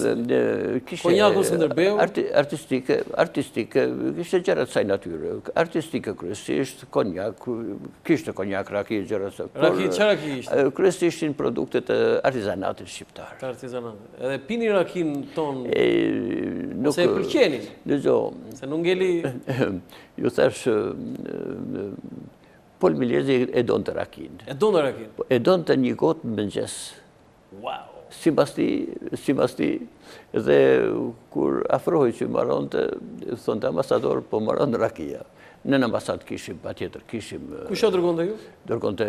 Dërgon të Ministria e Jashtme. Ne kemi patur në permanencë, raki, konjak, të tëra gjërat, konserva, ku di unë, se ndihmonin, kur vinin në ambasad, një si pun koktej, gjërat, kësaj natyret, me i pas produktet tona. Kjo foto? Në Francë? Këtu, në përfaqësinë e Palestinës, në Vietnam. Në përfaqësinë e Palestinës, jemi diplomatët shqiptarë në përfaqësinë e Palestinës në Vietnam. Foto tjetër?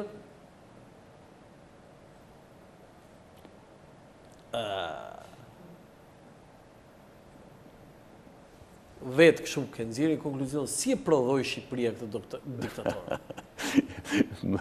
Kjo pyetje është për... Ndoshta nuk ka të bëjë me diplomacinë kjo. Fare? Nuk ka të bëjë fare me diplomacinë. Edhe ka, se unë e thash, një profesor frëngjishte të bëhet diktator? Po, nuk ka të bëjë fare. Kur vdiq Enver Hoxha, Pol Miljezi, do thash, ishte shumë i kërkuar nga mediat. E mori një radio internacional, radio jashtme e Francës dhe e intervistoi. Foli pa tjetër për Enver Hoxhën, për frëngjishtën, mendon të frëngjisht, flis të frëngjisht, bibliotekën, gjërat të kësaj natyre. Po gazetari e pyeti, tha. Enver Hoxha tha, a e çliroi Shqipërinë? Profesori përgjigjet, e çliroi Shqipërinë, po jo popullin. Mirë po, kjo pastaj kasetën e dërguam në Shqipëri. U bë problem i madh shumë pastaj në Shqipëri. U bë problem shumë i madh. Dhe dash pa dash u majt qëndrim pastaj. U kërku që të mahet një qëndrim ndaj tij. Mbate qëndrim. Ju vetë sa herë keni takuar? Ne si ambasadë, jo, ai mbeti kryetari i shoqatës. Por erdhi një rast kur u ndodh shoqata, se shoqata mbajti qëndrim ndaj tij. Shoqata mbajti qëndrim ndaj tij, edhe pala shqiptare kërkonte që të mahej qëndrim ndaj tij, po më thotë ambasador, unë tha nuk do jem më kryetari i shoqatës, unë do jem antar i shoqatës, po jo kryetar. Kjo foto? I thash, këtu jam me kolegun tim Arif Brishi, kemi qenë bashkë student në Vietnam. Atje në... Edhe i them profesorit, I them profesorit, profesor, nuk është ambasada që vendosë se kush do jetë kryetari i shoqatës misisë. Por unë jam i bindur dhe ju duhet jeni bindur që në qoftë se ju nuk do jeni më kryetari i kësaj shoqate misie, shoqata do përgjysmohet ose sepse ishte me shumë autoritet profesor Miljesi. Ishte me shumë autoritet. Edhe mbeti kryetari i shoqatës misisë. Publicitet për të kaluar në pjesën fundit e emisionit.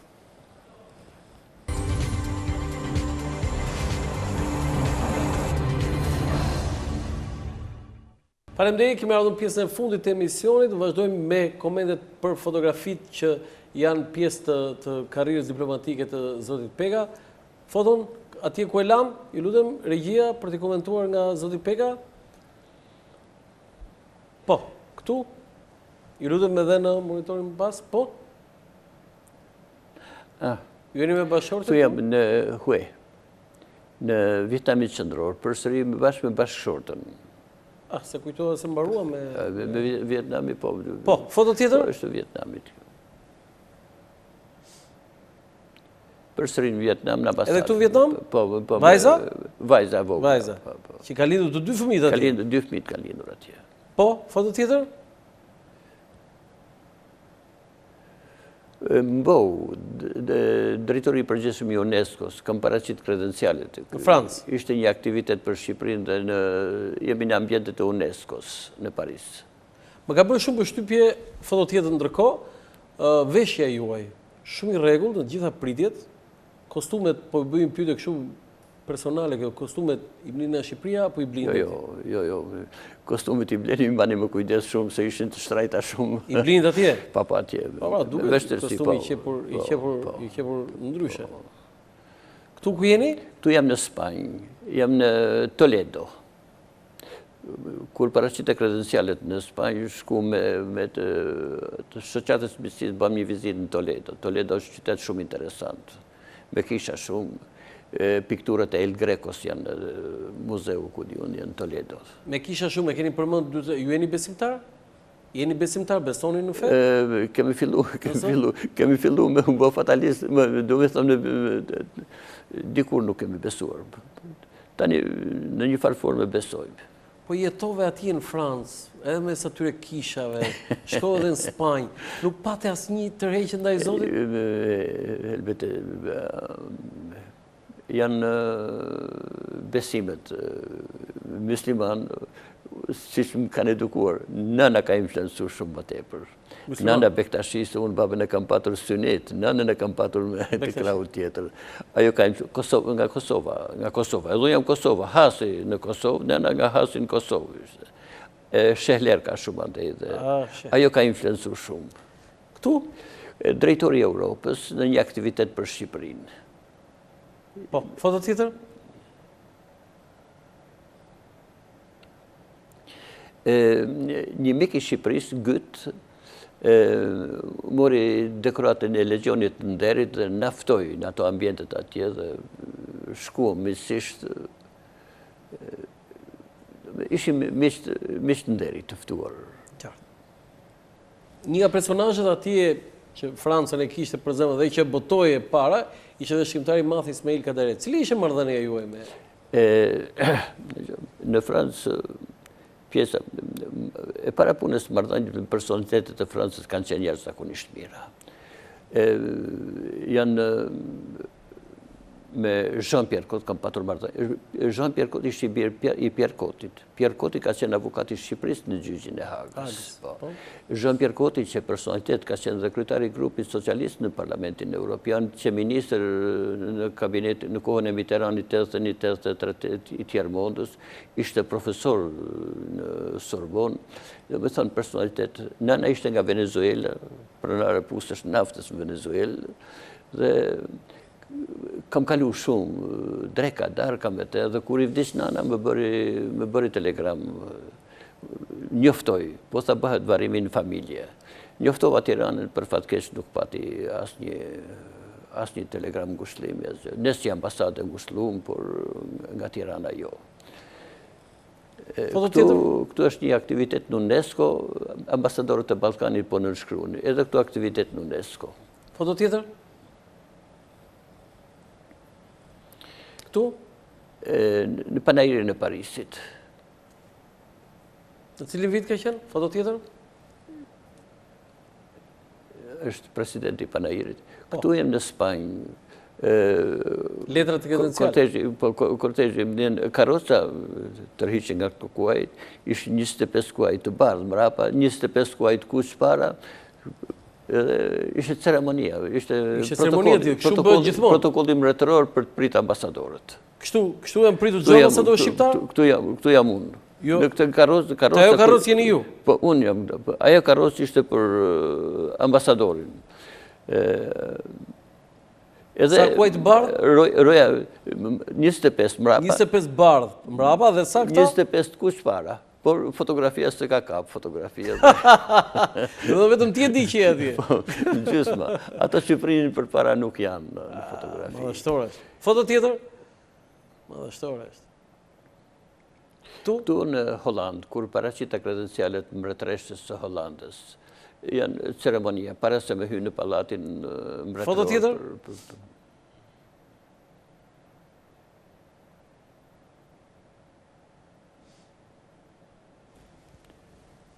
Pol Miljes. Doktori. Sa herë keni takuar? Vazhdimisht. Nuk llogaritet me herë. Llogaritet ishte një gjë kështu. Gjithë aktivitetet takonim kur para se me shkova në Bregdet aty ku kishte vilën kaluam një drek shumë interesante. Do dhe nuk u çudit që me qeu ishte poliagent. Absolutisht. Dhe nuk u çudit që ajo ishte vrasje. Që ishte vrarë, ndoshta u çudit, por që ishte poliagent, jo. Ani në librin tuaj e keni, në klapa vrasje e keni? I mbajem librit tuaj, jo? Pa tjetër. Se unë në studimet e mia nuk kam dyshime, por kam bini që është vrasje. Po, foto tjetër? Dhe me kalin Skënderbeu? Ja. Jo, kjo nuk është fotografia imja. Jo, kjo nuk është fotografia juaj, se kam dhe unë fotografi. Dakor. Ai nuk është Pol Miljes. Ai mjeku. Duhet të jetë ai mjeku që ka ardhur këtu. Nuk është Pol Miljes. Po, foto tjetër? Këtu ka qenë një operacion i Enver Hoxhës. Kjo erdhëm te Kina tani. U do doja mbretin e Belgjikës do doja. Mbretin e Ndoshta e kemi i vendosur keq mbretin e Spanjës do doja. Në renditje ose nuk e di. Kam një episod shumë interesant me mbretin. Po mund ta tregosh, tregoje. Paraqita kredencialit mbretit të Spanjës, Shqipëria ishte vendi i fundit që Spanja vendoste marrëdhënie diplomatike. Do me thonë kishte vendosur me tërë vendet të botës, Shqipëria ishte në 77-ën sepse qysh nga Franco është. Nga Franco. Po. Bisedimi të bënë në Paris, i bëra bashkë me ambasadorin e Spanjës në Paris dhe u vendosën marrëdhëniet. Në 77 shkova në Madrid për të paraqitur kredencialet dhe nga 6 ambasadorë që paraqitur kredencialet, televizioni dha kronik vetëm për rastin tim, sepse Shqipëria ishte vendi i fundit, po për herën e parë një ambasador paraqitse letrat dhe mbreti priti shumë, janë shumë, tepër të thjeshtë. Dhe kur fillon bisedën, më tha, para sa kohësh televizioni spanjoll dha një dokumentar për Shqipërinë, të një gazetar japonez për Shqipërinë. Si duket për t'i paraprir letrave kredenciale. Edhe pastaj më tregoi, tha, zoti ambasador, në kohën kur kam qenë i fejuar, kalonja pushimet në Korfuz. Grunë kishte greke, në Korfuz. Shpesherë delja me shetit në det me ato motovarkën e tij, ku ti unë, rojet më thonin, Majesté, madhëri, shikoni brigjet për tej, janë brigje shqiptare. Shqiptarët janë kriminal, bandit, ruaju. Unë tha, asnjëherë ta se kam besuar, po kjo kanë qenë episode jetës time në kohën kur isha i fejuar. Unë i thash, madhëri, do isha tepër i lumtur sikur të më autorizoni të përgatisja i vizit tuaj në Shqipëri dhe të vizitoni ato brigje që i keni pa nga Korfuzi, edhe do kuptoni që edhe shqiptarët janë pas të civilizuar sa spanjollët, francezët, shteta si tjerta. E kam bindjen e plot sot i ambasadorës, por rojet e mia tha kështu. Qartë. Në fakt, kjo është një poster ku reklamoi miqësia Shqipëri-Kinë, dhe në fakt atë vajzën shqiptare kanë bërë si kinezët, atë pikturën. Po, Shqipëri-Kinë. 6.000 kinezë, më ka thënë ambasadori i Kinës këtu, kanë qenë gjatë viteve të lumtura të marrëdhënieve Shqipëri-Kinë. Ndoshta, edhe ato që ndroheshin, mira ka pas, ndoshta disa mira ka pas në permanencë, me kryeministrin e Benjabao, po, kryeministrin e Kinës. Po si shkon, zoti Peka, kryeministri 2 miliard banorëve me ambasadorin e 2 milion banorë? Ishte një ceremoni, ndoshta... Po jo, si ngjallë kjo, se është ajo historia me atë kryeministrin Malizzi. Ky ishte një takim jo i gjatë, i shkurtër, por një bisede për zemërt, me propozimin tonë për të vizituar Shqipërinë, e pranoj vizitën me kënaqësi, nostalgjinë për Shqipërinë, nga ato vitet që kanë jetuar me nostalgji për Shqipërinë, tepër sjellshëm, tepër vizita që nuk u realizuan asnjëherë. Nuk u realizuan asnjëherë. Personaliteti më i lartë që ka vizituar Shqipërinë nga Kina kush është? Pardon? Personaliteti më i lartë kinez që ka vizituar? Kanë qenë disa zëvendës kryeministra, në kohën që kam qenë unë, kanë ardhur disa zëvendës kryeministra, dy zëvendës kryeministra për vizitë. Dhe Tensi Opinu gjatë kohës? Vetëm vitet 60, Quyen Laj 3 herë ka vizituar Shqipërinë. 3 herë ka vizituar Shqipërinë. 3 herë Quyen Laj, po. Këtu jeni në Panajir, mos gaboj? Këtu nuk e di aktivitet. Po, foto tjetër? Do shta kjo nuk është fotografi, ku e keni gjetë dikun të... Po, kjo? Edhe këte nuk është nga fotografit e mija. Tani kemi dhe ne në një fotografi? E di. Po në aktivitetet tuaj atje në Pekin. Po, foto tjetër? Edhe kjo nuk është fotografia juaj, është zoti Ruli, Expo 2010, Shanghai 2010, ju jeni në cep. Në Shanghai. Në Shanghai. Ka qenë Expo 2010. Expo 2010 e Shanghai. Gjigande ishte Expo. Një aktivitet tjerë zakonisht. Unë duhet shprej konsideratën dhe vlerësimin më të lartë për ju që në atë delegacion shqiptar që kishte shumë dhe unë isha pjesëmarrës, një përkujdesje dhe një sjellje juaj që unë rrallë kam parë për ambasada të tjera në përbot. Faleminderit. Me të vërtetë ishte një që ne ishim vetë në një 20-30 nga Shqipëria, po ju me të vërtetë e bënit atë punën tuaj përkujdesjen edhe e kemi shprehur. Foto tjetër? Faleminderit, shef. Këtu me zoti Ruli, po atje. Për Shanghai. Zoti Nacho ka qenë në kryetar kuvendi atëherë. Grupi shqiptarëve, grupi, po. Po, foto tjetër? Tani dua diçka këtu për familjen. Në Paris, në Champs-Élysées, me familjen, gruaja dhe 2 fëmijët. Ky është Tani? Ky është djali, Tani? Dritani, po. Dhe vajzë. Ishte ndosh, ka qenë ishte ndosh ka mbet. Tani unë dua të veçoj 2 gjëra. E para atë dedikim që librit ja keni bërë bashkëshortes, dhe me të vërtet shumë emocionus, dhe e dyta dua të flisni diçka për familjen tuaj, sepse keni sakrifikuar aq shumë për këtë familje, duke qëndruar larg, duke mos pasur fëmijët afër, duke qëndruar jo larg ambasador në Rom, ambasador në Vjenë, po ambasador në Vietnam. Që është vërteta, jashtë shtetit, në shërbimet të mia jashtë më ka ecë shumë mirë. Kam patur marrëdhënie në Francë, ndoshta në kohën që kam qenë në Francë, nga të ngrira kanë qenë marrëdhëniet më të mira që ka pas Shqipëria ndonjëherë me Francën. Në Vietnam, kur kam qenë ambasador, kisha shansin, dija gjuhën e vendit dhe tërë ambasadorët perëndimor, kur donin të informoheshin për diçka, vinin në ambasadën tonë shqiptare dhe shpeshherë më thonin, a mund të mbajmë shënime? Vinte ambasadori japonisë, më thotë ambasador, do shkojmë në mbledhjen e grupit të ambasadorëve të Azisë Juglindore. Ju lutemi, duhet të përgatitem edhe unë dija gjuhën e vendit, kisha miq vietnamez, kurse ato kishin përkthyer vendas, po u përkthenin gjëra dhe nuk u përkthenin gjëra nga shtypi. Kështu që mua kam patur shans me pas marrëdhënie shumë të mira. Në Francë, edhe në Kinë kam kaluar jashtëzakonisht. Jo, marrëdhënie shumë të mira këto, po për familjen, zoti Peka. Unë pyeta për familjen, për bashkëshortën që keni sakrifikuar kaq shumë, por që dedikimin ja keni bërë asaj, shumë emocionues. Me fëmijët kemi patur, na kanë munguar fëmijët. Ju kanë munguar? Shumë. Nuk lejoheshin, po ta marr rastin e vajzës. ishte 3 vjetë e gjysë kur u ktheva nga Vietnami dhe shkova 2 vjetë e gjysë në Shëmri dhe në Bicaj. Do me thënë, vija një herë në 2 muaj, një të shtunë dhe një djele. Prej asaj vajta në Algjeri, fëmijët në Shqipëri. Vajta në Vietnam ambasador, fëmijët në Shqipëri. Vajta në Francë, fëmijët në Shqipëri. Do me thënë, vajza ka hyrë në klasën e parë dhe ka qenë në klasën e 10, kur unë pastaj marrë shkollën e mesme, ajo në vitin 91 iku në Belgjik. Duhet të po tim lidh tërë vitet që kam jetu me vajzën time nuk bëhan 5-6 vjetë. Ata na kanë munguar shumë fëmijët.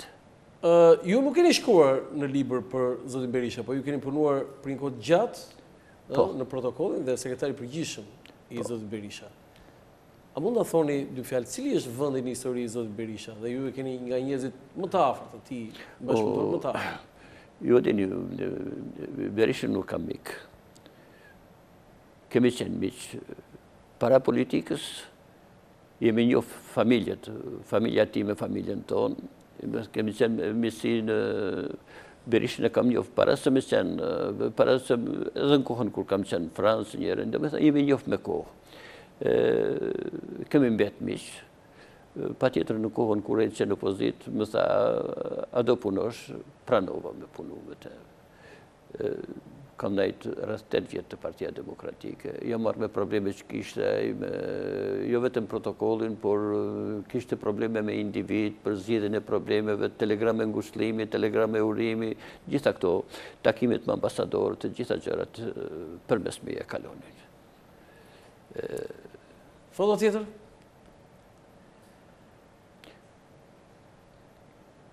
A është edhe një foto të një personazh tjetër, jo të librit, edhe një foto tjetër? Sepse dua ta vendos patjetër. Jo, është një foto e një personazhi në media. Jo këto, jo.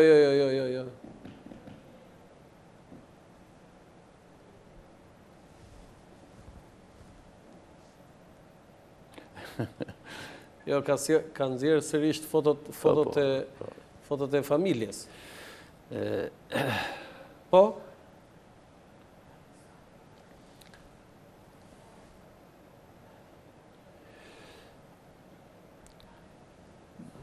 Okej. Ju në këto momente e kemi, po, më njoftoj nga nuk e kemi? Jo, doja të vija një foto të kolegut Maxhun Peka, që për gjithë ata që nuk e dinë është nipi juaj. Unë gjerasin sot që ta bëj publike këtë, sepse do dhe nuk është se njerëzit e dinë, por të gjithë më thoshin mua, po pse se mori Qimin në intervistë? Po Qimi nuk mund të marri Xhaxharin intervistin, thosha. Xhaxharin Qimi mund të marrë unë, po jo Qimi. Qimi mund të intervistoj Xhaxharin timin, thosha unë, po jo Xhaxharin e vet. Se më gasporin sot disa kolegë. Po Qimin e kemi kolegë të mirë, mik të mirë dhe po duhet të pyesja, si e ke marrë dhe të? Se ju vetë natyrë diskrete, jo publike, Qimi shumë ka zgjedhur një lloj profesion. Dëgjoj, për të filluar gazetarinë kam ndihmuar unë. Fillimisht për të filluar. Po? Mbaroj juridikun dhe pa punë vinte tek Partia Demokratike. I them, provoj të shkruash diçka. E provoj, mbas solli një shkrim. E lexova, i thash, nuk jam shumë i kënaqur, provoj një tjetër. E provoj edhe dytin, përsëri bëna vrejtjet e mia, po ai nuk më dha më mua, dha Mehmet Elexhit dhe Qemal Sakajeves, ata ja dhanë Fariballiu dhe botojnë gazetën. Edhe pastaj u ponsua atje dhe filloi jetën e tij, mënyrën e tij të jetesës, mënyrën e tij të komunikimit, i ka gjitha këto. Në fakt të marrësh ambasador dhe kur quhet Maxhun Peka, ja kjo është foto e kolegut. Kur quhet Maxhun Peka, nuk del një emision me 2 orë. Megjithatë unë isha shumë i gëzuar, jam shumë i gëzuar që ky intervistë doli në këtë formë. Të jam mirënjohës që ju kisha në emision. Faleminderit. Të nderuar teleshikues, ky është emisioni im për sot, nesër 13:00 i transmetim nga ora në Qafoku. Natë mirë.